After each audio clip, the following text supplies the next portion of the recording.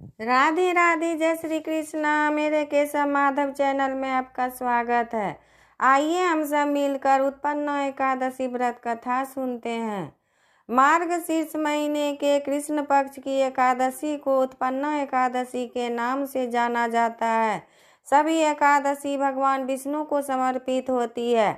माता एकादशी का जन्म इसी एकादशी को हुई थी, इसलिए इस एकादशी का नाम उत्पन्न एकादशी रखा गया।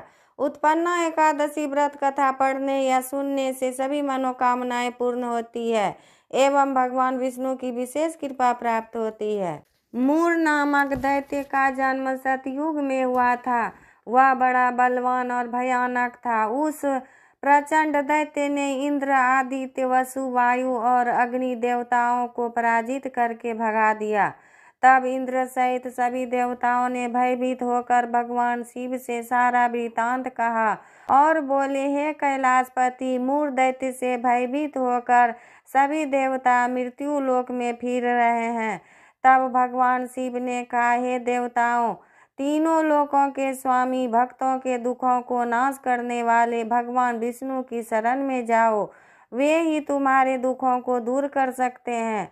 भगवान शिव के ऐसे वचन सुनकर सभी देवता क्षीर सागर में पहुँचे और कहा कि हे मधुसूदन, आप हमारी रक्षा करें। दैत्यों ने हमको जीतकर स्वर्ग से निकाल दिया है। आप उन दैत्यों से हमारी रक्षा करें।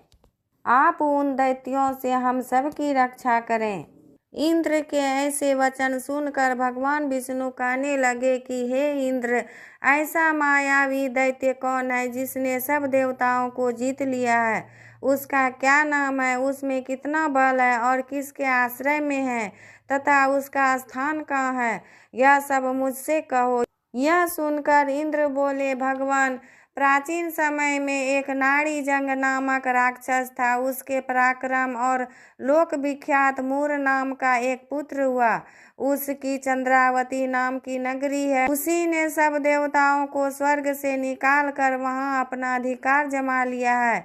उसने इंद्र, अग्नि, वरुण, यम, वायु, ईश, चंद्रमा, नर, नृत्य आदि सबके स्थान पर अधिकार कर लिया है। सूर्य बनकर स्वयं प्रकाश कर रहा है, स्वयं ही मेघ बनकर बैठा है और सबसे अजय है। हे असुर निकंदन, उस दुष्टों को मारकर देवताओं को अजय बनाइए। यह सुनकर भगवान ने कहा, हे देवताओं, मैं शीघ्र ही उसका संहार करूंगा। तुम चंद्रावती नगरी जाओ। इस प्रकार कहकर भगवान सहित सभी देवताओं ने चंद्रावती नगरी की ओर प्रस्थान किया। उस समय दैत्य मूर सेना सहित युद्ध भूमि में गरज रहा था। जब स्वयं भगवान रणभूमि में आए तो दैत्य उन पर भी अस्त्र शस्त्र आयुध लेकर दौड़े। तो विष्णु भगवान ने उन्हें सर्प के समान अपने बाणों से विंध डाला। बहुत से दैत्य मारे गए, केवल मूर बचा रहा। वह विचल भाव से भगवान के साथ युद्ध करता रहा। भगवान जो भी तीक्ष्ण बाण चलाते वह उसके लिए पुष्प सिद्ध होता। उसका शरीर छिन्न भिन्न हो गई, किंतु वह लगातार युद्ध करता रहा। दोनों के बीच मल्लयुद्ध भी हुआ। 10,000 वर्ष तक उनका युद्ध चलता रहा, लेकिन मूर नहीं हारा। थक कर भगवान विष्णु बद्री का आश्रम चले गए। वहाँ हेमवती नामक सुंदर गुफा थी। उसमें विश्राम करने के लिए भगवान उसके अंदर प्रवेश कर गए। यह गुफा 18 योजन लंबी थी और उसका एक ही द्वार था। विष्णु भगवान वहाँ योग निद्रा की गोद में सो गए। मूर भी पीछे पीछे आ गया और भगवान को सोया देखकर मारने को उद्धत हुआ। तभी भगवान के शरीर से उज्ज्वल कांतिमय रूप वाली देवी प्रकट हुई। देवी ने राक्षस मूर को ललकारा, युद्ध किया और उसे तत्काल मौत के घाट उतार दिया। श्री हरि जब योग निद्रा की गोद से उठे तो सब बातों को जानकर उस देवी से कहा कि आपका जन्म मार्गशीर्ष कृष्ण पक्ष की एकादशी के दिन हुआ है, अतः आप उत्पन्न एकादशी के नाम से पूजित होंगी। आपके भक्त वही होंगे जो मेरे भक्त हैं।